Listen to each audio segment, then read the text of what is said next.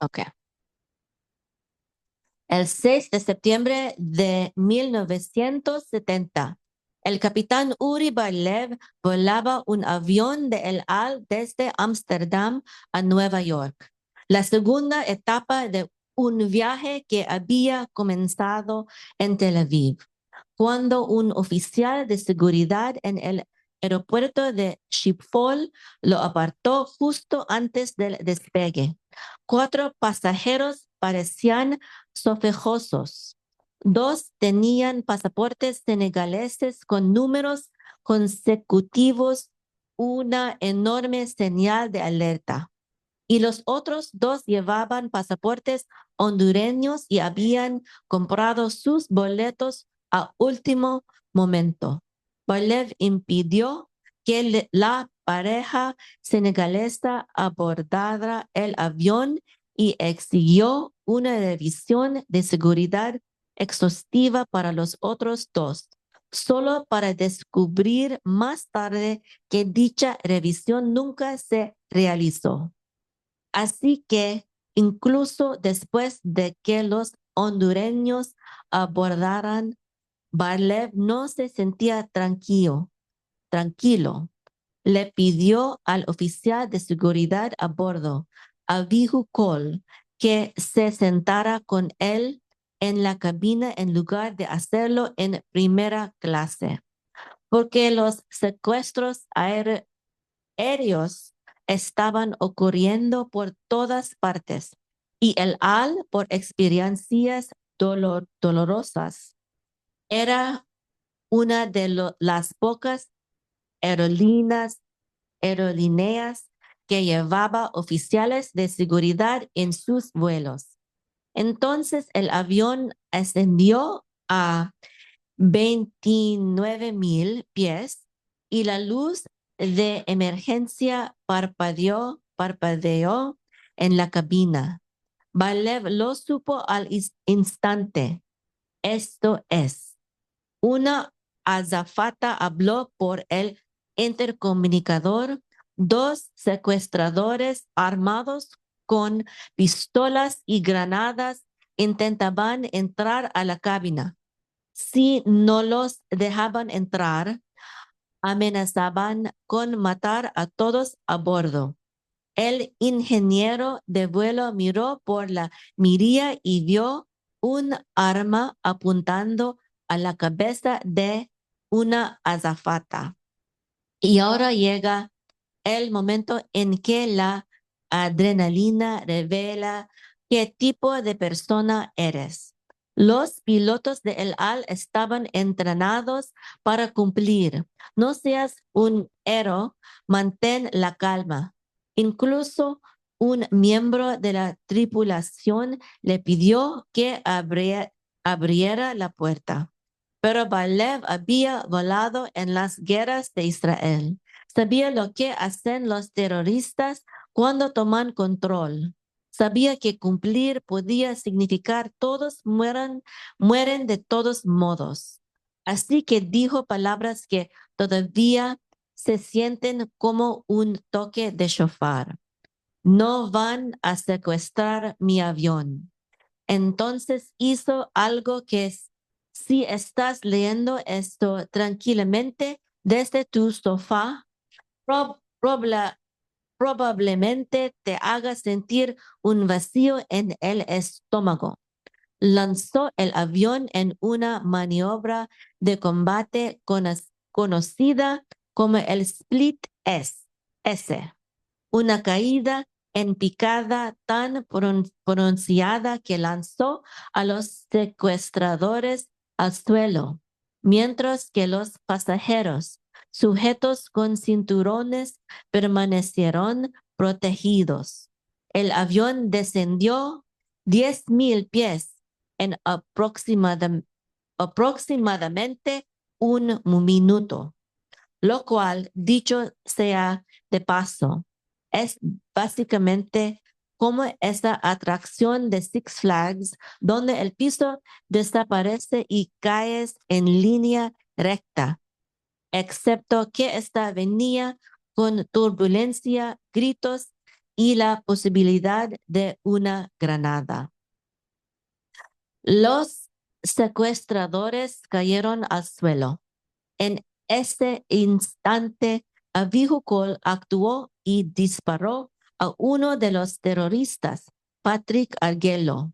La otra secuestradora, Leila Khaled, ya famosa por otros secuestros, hizo rodar una granada por el pasillo, pero no explotó. Pidió el conocimiento y fue arrestada cuando el avión aterrizó. Todo el incidente duró unos 2 minutos y medio, pero la historia no terminó allí. El jefe de los auxiliares de vuelo, Shlomo Vider, había recibido 2 disparos al intentar detener al secuestrador. Un médico a bordo dijo que necesitaba atención médica inmediata o moriría. Él quería que Barlev regresara a Tel Aviv, pero Barlev calculó el costo. Un vuelo de 5 horas de regreso podía convertirse en una sentencia de muerte. Así que tomó la segunda decisión, valiente del día. Desobedeció la presión y aterrizó en Heathrow a solo 20 minutos de distancia, salvando la vida de Vider. El miedo no lo paralizó, el miedo lo impulsó. Eso es adrenalina. Para esto existe el miedo. Y para Yitro es donde aprendemos la diferencia entre el miedo que destruye y el miedo que salva. En el Sinai, Israel no vivió un momento religioso suave. Se encontró con el Dios viviente. Todo el pueblo percibía los relámpagos, el sonido del shofar y el monte humeando,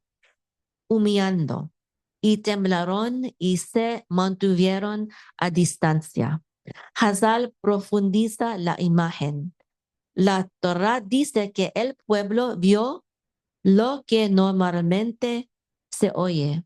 Los sabios explican que las palabras de Hashem salieron como fuego, como antorchas, dividiéndose en muchas voces y lenguas, extendiéndose hacia afuera. Ante tal intensidad, Israel responde como lo hacen los seres humanos abrumados. Habla tú con nosotros y escucharemos. Pero que no nos hable Dios, no sea que muramos. El miedo crea distancia y Moshe entra como mediador, de pie entre un Dios santo y un pueblo frágil. Luego viene el Midrash sobrio y conocido. Hashem sostuvo la montaña sobre ellos como un barril y dijo, si aceptan la Torah, bien, si no, allí será su sepultura. Esto no se trata de coerción, se trata de consecuencia. El miedo no es solo una emoción, es un mecanismo diseñado para movilizar acción, afinar decisiones y guiarnos hacia lo que preserva la vida.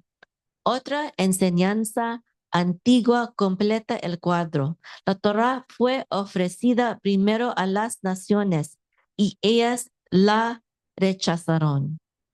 Así que el Sinai no es solo el momento de Israel, es el punto de inflexión del mundo.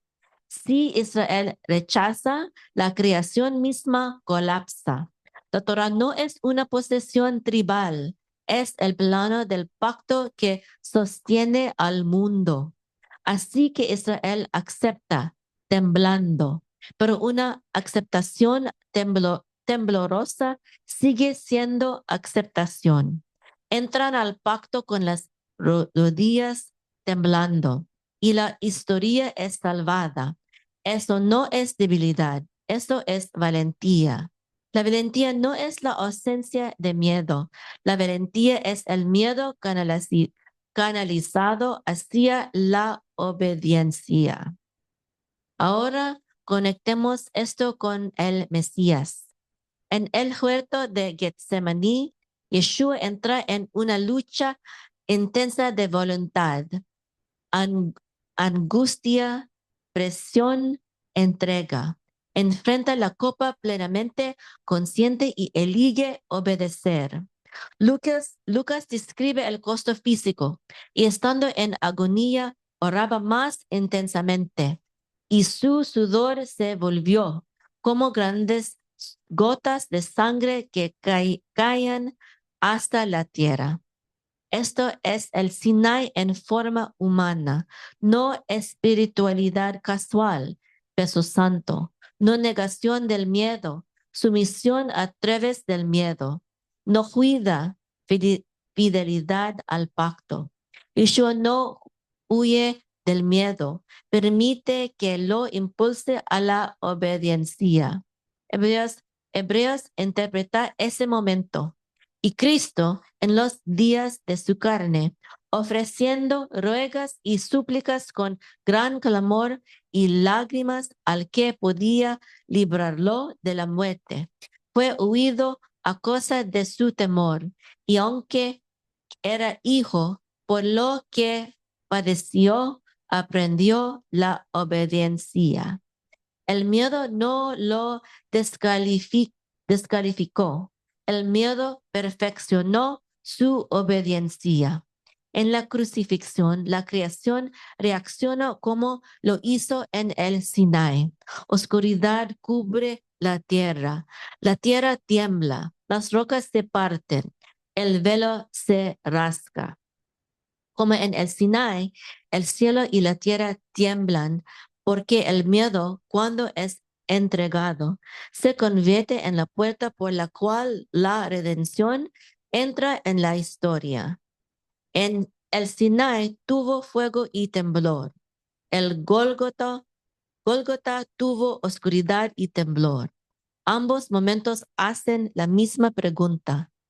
¿El miedo te alejará o te llevará al pacto?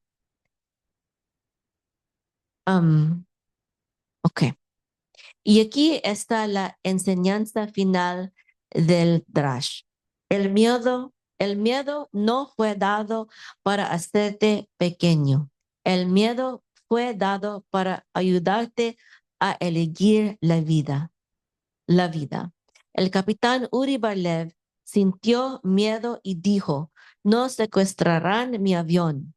Israel sintió miedo y dijo, haremos. Y el Mesías, bajo la mayor presión, no huyó de la misión, caminó hacia ella para que el pacto fuera escrito no solo en piedra, sino en los corazones. Ese es el hilo que une a Yitro con el Sinai, a Getsemaní con la cruz, al miedo con la fe. Así que cuando Parashat Yitro te lleve nuevamente al Sinai, pregúntate, ¿dónde estoy yo manteniéndome a distancia? ¿Qué obediencia he estado posponiendo? ¿Por qué se siente demasiado intensa, demasiado costosa, demasiado santa? ¿Por qué a veces Hashem no quita el miedo? A veces lo redime y lo convierte en la misma energía que salva tu vida, la de tu familia y quizá la de alguien más. Que el temor del cielo se convierta en valentía en nuestros huesos, que el asombro se transforme en acción y que recibamos la Torah no solo con temblor, sino con devoción fiel. Shabbat Shalom.